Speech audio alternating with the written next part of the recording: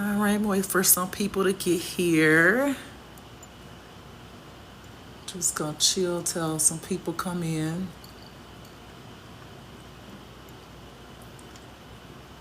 There go my kitty cat. Say hey, everybody. Hey.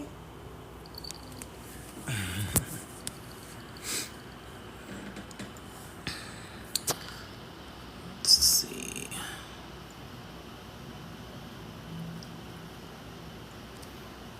All right, just waiting for some people to get in so I can tell my story.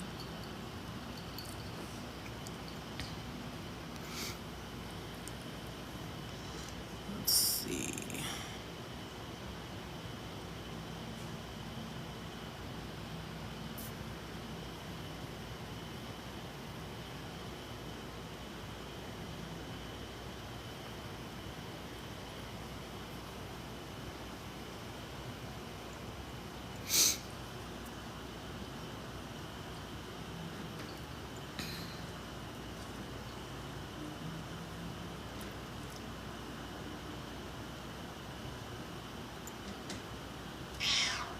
Hi.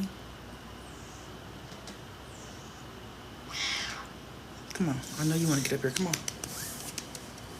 Come on. Come on, jump up here. Come on, baby.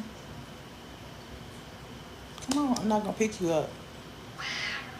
Okay, well, you're going to stay down there. You're the one I love too.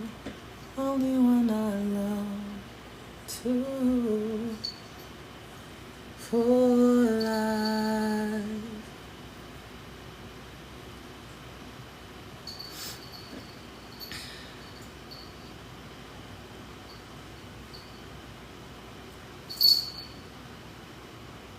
Jesus is real. I know the Lord is real to me. Oh, thank you, Lord. And Jesus is real. I know the Lord is real to me. Yeah. Sometimes when I'm feeling low, nowhere to go, Jesus is a friend. For I know, oh, Jesus is real. All right.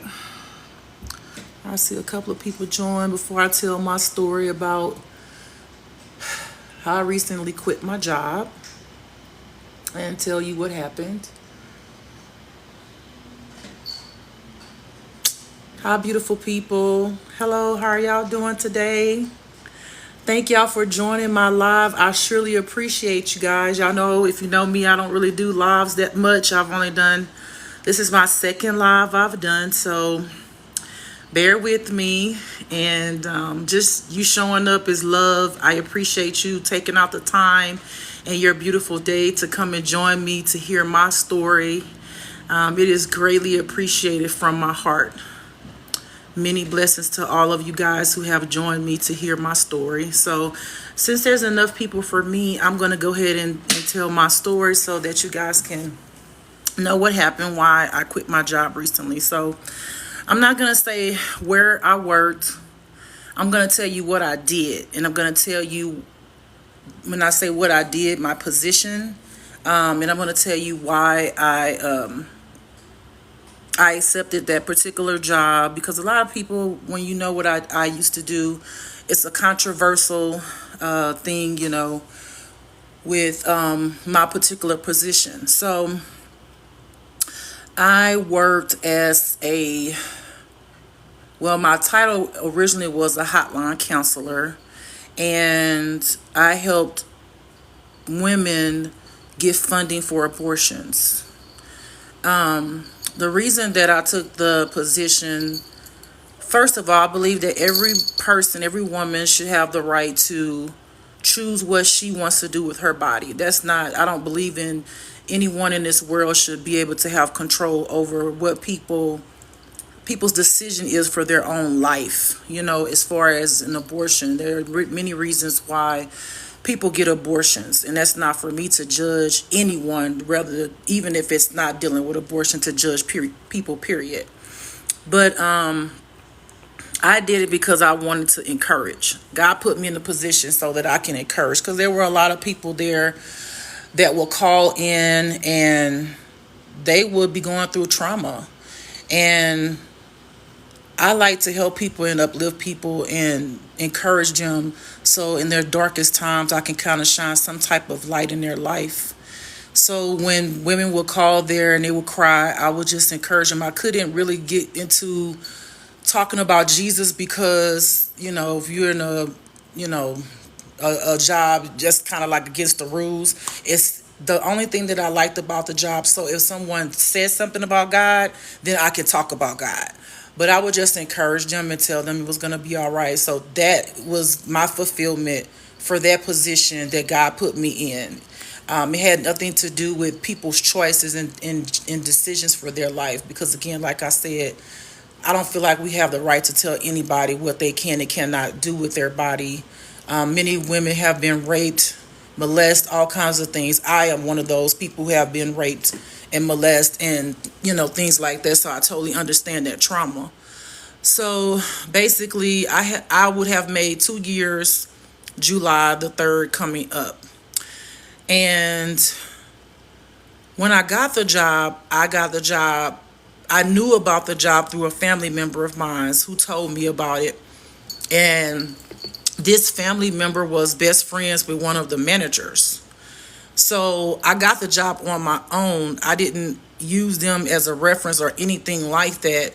I literally just applied, went through my interview, and I went through my interview with HR with someone I didn't know, but this person injected themselves in my second interview because I had to have 2 interviews. And this person, like I said, was my family member's best friend.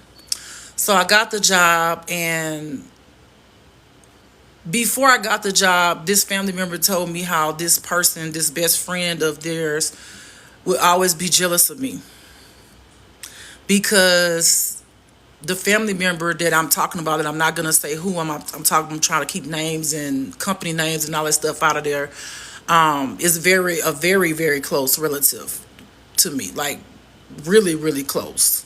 Even though I don't talk to my family anymore, but this person, I'll just say it's one of my siblings, okay? And their best friend, like, literally mistreated me on the job. Like I said, I almost been there for 2 years, and they would say really, really nasty stuff to me, talk to me like that it was okay, like down me, try to compare me to other co-workers and stuff like that when I wanted to get a promotion, because all you have to do is complete your first, they call them tiers. So all you have to do is complete your first tier successfully and know, how to do your first tier successfully. You can move to the second one. But she would tell me stuff like, oh, it takes like 2 and 3 years for people to get that position. So, yeah, just be patient. Yeah, you're not. Yeah, you don't have to worry about it. Like, she would always try to misdirect me. So, long story short, we had a change in the management. So I got another manager. So I went to her about it, and instantly I got the position instantly. So I moved up to the second tier. And so when I was on this particular manager's job, their team, I was like ready for the third tier, because I was like, oh, the second tier is just easy. It's a few more things I have to learn. So I'm, ready to be promoted. And so this person that was my new manager, she had just became a manager, so she didn't really know a lot about the position and how things work. So she would go back to my old manager and tell her, hey, do you think Justice ready for, to go to the third tier? And of course, I already told you guys that she, mistreated me and stuff like that. and kind of backdooring before I let her go and on to the next parts.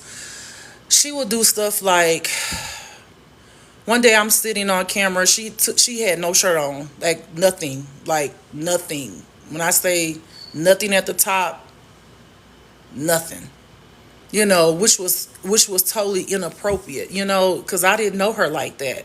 I had. She said she remembered me from coming to get my sibling from out of state when I moved my brother, my sibling, from out of state, and I went to his job to, meet the management team and stuff like that, and she was there. So I didn't remember her. I didn't know her. She swelled up and down.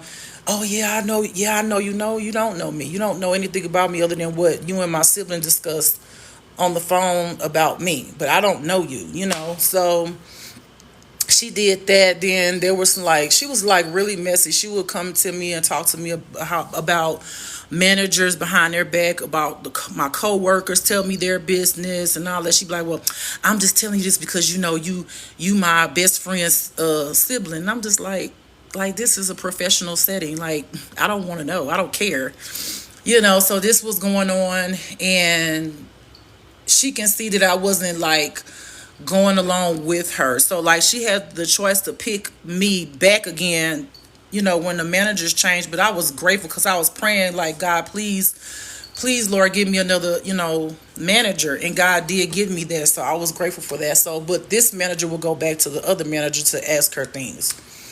Long story short, y'all know if y'all see my other videos, I always say long story short, but they be long story long. But so I got on got my new position with my new manager, and then excuse me, Tutu, no ma'am, we don't do that. Come sit down, baby. No ma'am, that's a no. Look at her, y'all. She trying to get in my little greenhouse I have in my place. Okay, I'm sorry for the distraction. So where was I? So I was with the new manager, and she was going back and asking the old manager about me moving up to a new position. And I don't know what happened because, my new manager wasn't saying something, but eventually I moved up.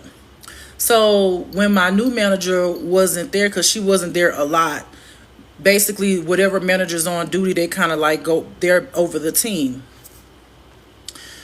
She would be like, okay, let me hear one of your calls and stuff like that. And then she heard about this rumor going around, the job about her, and the girl we had we'll have like team chats, like just the co-workers, and they would be in there talking about people, talking about this one particular person was talking about her.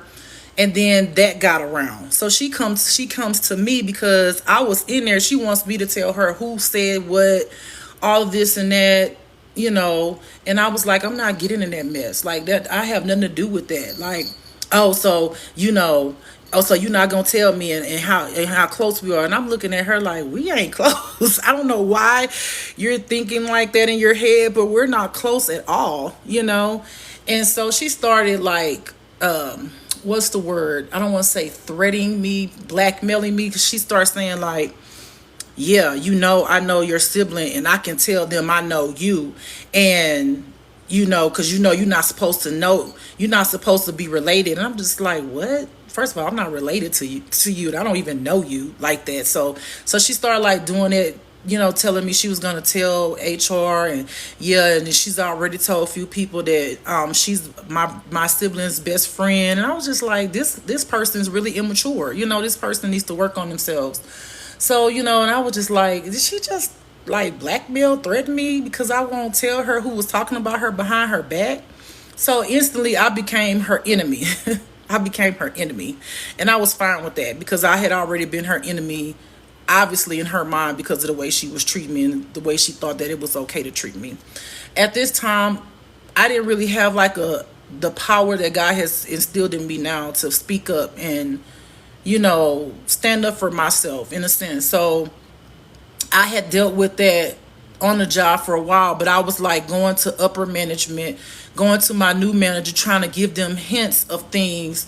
and they would never do anything about it. So it got to the point where, like, when she was over all of the teams, sometimes she would basically, I don't know if you guys ever like worked on the phones, but like there are auxes. So if someone is controlling the aux, they can send all the calls to you, or they can, break them up. They kind of control how the calls flow. So I had to learn it because I wasn't understanding, like, why am I getting all of these calls? Like, I'm talking about 32 calls, and I didn't know at the time how to look on the phone to see like what my other coworkers was doing. I didn't even know they existed until I just kept feeling like I was just being misused and mistreated. So I brought it up in one of the one-on-ones with the upper management and told them, hey, this is going on, getting all these calls, it's wearing me thin. I feel like I'm a team of my own doing all of this stuff. And one of the girls, one of my coworkers who was apparently over the aux at this time, admitted to it in the meeting. Well, I'm gonna be honest, I did it, and I'm just like, why would she do that? Like, you can admit, you don't have to admit, because if I'm saying it, they're gonna look and see who did it anyway. So she was giving me all of the calls when that wasn't supposed to happen. So you would think that this issue would be resolved. No. It went on for months and months and months. I would talk to my manager about it. It went on, kept on going on. So like literally, till I started having to like teach myself. I'm like, I'm messing with the phone. So then I open up a screen, and it shows me what all of my coworkers are doing at the time, how many calls they're taking, if they're on a call, if they're available, if they're at lunch, everything. So I started paying attention to it. So as I'm, learning, my coworkers have been sitting for 32 minutes, and all the calls coming to me. People on lunch breaks, 5-minute breaks, all kind of stuff. So this is stuff I'm complaining to management about, and they're not doing anything about it. So in my mind, it's like, well, if they can't do anything, they're not going to do anything about the small things. Why in the world would I tell them that I'm being sexually harassed and I've been blackmailed? Like, why would I come to them if they can't? They're not gonna fix the small things. So I kept it to myself for some time. At the time I was married, I told my wife what was going on that particular day. And so as time moved on, that manager, she quit, and then I got this other manager. We were cool at first, but she was one of them people, if you rub her the wrong way one time, she's gonna kind of like, she has this way about herself. It's like this, like, when she'll listen to my call, she'll always find something wrong. Where the other manager would be like, oh, you're excellent, don't change a thing. And I understand, like, every manager has their own way, but like, she would say stuff like, well, the lady called in and she wasn't available for funding. She wasn't eligible because she made too much money. And then I'll be like, hey, it's going to be okay, because the lady start crying. It's going to be okay. Everything's going to be all right. Would you like to talk about it? So then she'll find any little thing. She'll say, well, I think you should just tell someone it's going to be okay when they couldn't get funding for their abortion. And I'm like, well, what am I supposed to say if I'm trying to encourage someone? Like, I can't change the fact that she's ineligible, but I can encourage her and tell her that it's gonna be okay. Because if you know life, eventually it's okay. Eventually, sometimes it takes time for it to be okay, but it'll be okay. Okay, so me and her, I was just like, and then that same other manager who I told y'all sexually had harassed me again, when that manager wasn't there, she'll get on the line and say, I want to listen to your calls and this and that. And then she'll start talking about that manager. And she'll say stuff like, yeah, because, once you rub her the wrong way, she kind of take digs at you, And I'm just like, where in the hell am I working at? Well, I cannot just truly be myself, my authentic self, because all I want to do is encourage people and help people and counsel people and just, tell them everything's going to be all right, and give them, whatever I can give them, shine some light into their darkness so that they can feel better. But I can't be this because I'm having all of these people attacking me that's supposed to be leading me, which are not leaders, because I would never lead anyone the way that I've been led on this job. So God had been telling me to quit the job recently. And so I was like, okay, Lord, if you just show me a sign, because I look at synchronicities, I look at like numbers, like angel numbers, the Bible numbers, like 333s. So 333 means that's God's number for me. That's God talking to me. 555 for me means let go of things that no longer serves you. So I'm like, okay, Lord, if you show me 333, because I have been seeing 3 3s a lot. So I was like, Lord, if you show me 333, I'll quit today, right? God didn't show me 3 3 3s, and I was just like, I don't want to quit, and that's not God telling me to quit, because I don't want to, like, not be in the line with God, and I don't want to make a mistake, and then I have to struggle because I did something that I wanted to do that God didn't tell me to do. I questioned my intuition, so I kept saying 5 5 5 though, which is let go of those, let go of those things that no longer serves you. But I was just like, well, Lord, I asked for 3 3 3s. I was like, Lord, can you just show me three? And then God would not show me 3 3. He kept saying 5 5. I mean, like constantly 5 5 5 on my computer at work, 5 5 5 on the. I mean, it was just 5 5 5s everywhere, and I was just like, I don't know if I'm supposed to. Like, does that mean let it go? And so this happened. I quit my job last Thursday, and I had just had enough. I had enough. I had just had enough. I had already talked to the new manager about. It had been over months. I had made the complaint about my coworkers. They're going to lunch. They chilling they unavailable for 32 minutes, and I got all these calls coming, and I just started feeling like I was being treated unfair. And I think that I rub people the wrong way because I'm very boisterous. Like if something's not right, like I used to speak up for my team. They'll like, DM me and say, "Oh, thank you for saying it," because I was scared to say it. So I realized that I had a lot of team members that wanted to express themselves, but they were afraid, because a lot of our meetings, it'll be like crickets, and I would be like the person to speak up. Hey, what are you guys doing about this, and why is this, and why is that? And I think that I was just questioning up the upper management on their shit too much. Like I think they got like, oh, we don't like her, and so. After I started on Thursday, that it was just a constant and hadn't changed, I was just like, I'm tired of it. So I went into the main chat of our hotline, and I said, it's something how my coworkers have been unavailable over 32 minutes, and I'm constantly getting calls back to back. I said, I guess this is the kind of job that I work at. So my manager, she sides please me, delete it now. And I said, I refuse to delete it. I said, I'm not deleting it because it's the truth. So she DMs me and say it's inappropriate. I said, what's inappropriate about it? I said, it's the truth. I said, I didn't say anyone's names. I said, tell me what is inappropriate about it, so I can understand why you're saying it's inappropriate, because I've complained about this thing. It's been months and nothing has been done about it. Backdoor. One of our meetings, she was like, you don't know what we're doing. We're disciplining people. We noticed it, so we're taking disciplinary action. Now this months. You take a disciplinary action, this is still months, okay? So she gets on, she calls me on the camera, and so she's telling me XYZ, you're that's not fair to your other coworkers for you to put that on there. And I'm like, how is it not fair for my other coworkers to know the truth and what I'm going through? I said, I've constantly complained several times about my coworkers being available over 32 minutes, taking breaks, and I'm the only one taking calls, and nothing has been done about it. I've told you, I've told my previous manager, I told upper management, and none of you guys have done anything about it. Well, you don't know the disciplinary action. I say, okay, if you're doing disciplinary action, I say, there's no way in the world that this should have been going on for months now. It would have been resolved. So she was like, it's inappropriate for you to put that on there. I was like, no, it's not inappropriate. I said, you don't do your job. I said, you don't do your job. And then I got off the phone. She said, well, if you don't like your position, you can leave. I said, absolutely. I said, I'm already in the midst of it. So I went to the chat, because I was, going to HR and telling them 2 weeks notice, because I was going to do the 2 weeks notice. But then I was like, God already, he confirmed it. He pressed this energy in me to stand up and just be like, let it go. Because this is what God was trying to tell me with the 5 5 5s.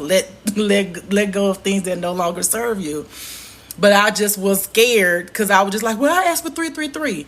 So I quit.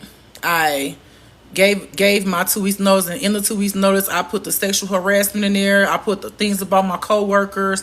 I put the things about my manager, about how I came to her and told her about it. Even the previous managers, no one did about it. The upper management, no one did anything about the coworker situation, and how I didn't feel comfortable telling them what I was truly going through because they wouldn't even deal with the small situations. And then I wrote in the chat, yeah, Ann told me if I like my job, leave. So, so she was like, she side pinged me and said, yeah, leave, do. So that was that. I had like this last interview with HR, and they want to know what happened, and it was like, well, because we can go back on the videos, and I was like, okay, do that so you can see her sitting up there naked and stuff. Like, it's my thing is like an investigation should have been done. I feel like they handled it wrong. They didn't like, let's do an investigation. Let's see these conversations that you've had, on these video chats with these managers. We're gonna, none of that happened. Now, she said that she was going to go back and look at these videos. I hadn't heard anything from this. Been since not this Thursday, last Thursday. Okay, nothing.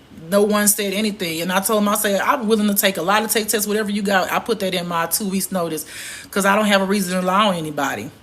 There's no reason for me to lie about anything that I was experiencing. So I haven't heard anything about anything, like that. So yeah, that's why I quit my job recently. So I'm like, Lord, I am a person who walk by faith and not by sight, because God has never left me astray, y'all. I'm being 100% never. Every time God has told me to do something, he has never left me astray. He has never, led me wrong. Yes, God does wait to the last minute to tell you to do stuff, which makes me sometimes a little worried, because I'm like, Lord, please, don't wait to the last minute to tell me to start doing stuff. So he's already kind of like told me some moves that he want me to make, and I've already implemented that stuff. I did have money saved up, to pay, my rent here, but it's just like, Lord, can we like not do it that way sometimes? Because I trust and believe and have faith in you. But I'm just like, one of my prayers to God was to always just be stable, to always have a roof over my head. Because I've been homeless before. God has called me out of places and I was literally homeless. But I was praising the whole way through. I wasn't stressed. I was living in my car. I was traveling. I looked at it in the sense that I'm going to make this like a good homeless experience. I was working for DoorDash in other states. That's how I was getting money to make sure I had gas and make sure I ate and stuff like that. So I was traveling from state to state on DoorDash in my car, homeless, with my cat and all of my belongings. So I've been homeless twice, so I know how that feels. But God did make it an experience where I was just like down and depressed, because I was praising God the whole way through. I was connected. I was talking to God. I was thanking God for just my having a vehicle, thanking God for everything he was providing for me. I know people have homeless stories that are sad, but I'm going to be honest with you. I had a positive mindset. I was just grateful. I was grateful for everything. I was grateful for that I had DoorDash, to make money, to have gas. I would sleep at the truck stations in my car with my clothes on the window so it could be dark. I would meditate. Like, I would use every moment that I had to connect and grow and evolve in God in those moments that I was homeless.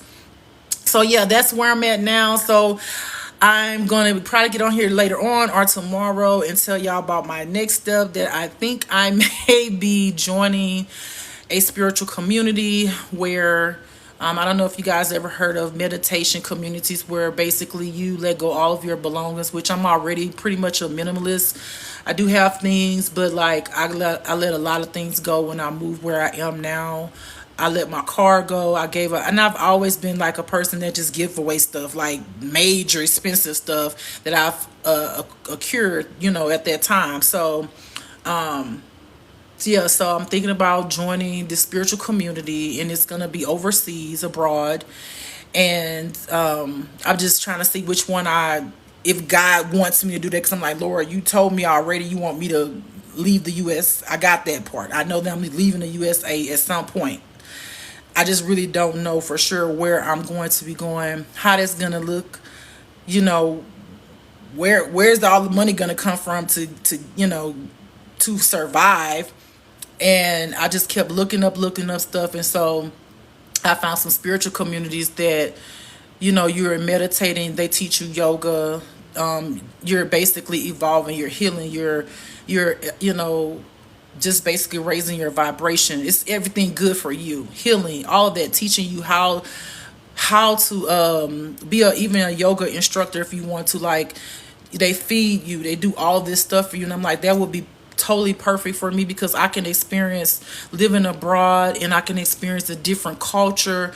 Also, I can experience like good stuff for myself, like healing and yoga and getting up and having a structure where I'm evolving in all areas, mind, body, spirit, and soul. So I don't know. So I don't know what God wants me to really do. He just basically told me to make sure my passport was good and that I was not going to be living in the United States. So that's the only thing that I know. I don't know anything other than that. I'm like, okay, I'm getting a house. Lord, you gonna give me a house?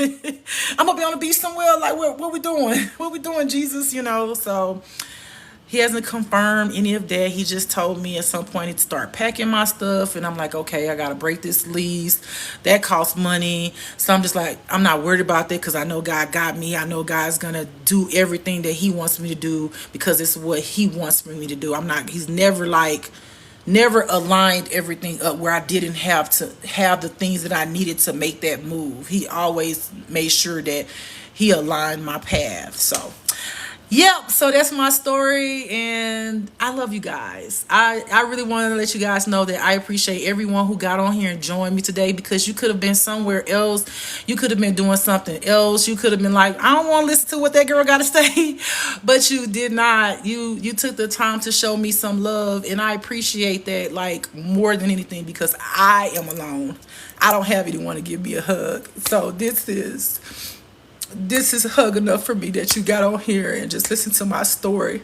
Many blessings to all of you guys. I hope y'all guys have a beautiful, blessed day. And I hope God blesses you 10 times fold. Bye-bye, people.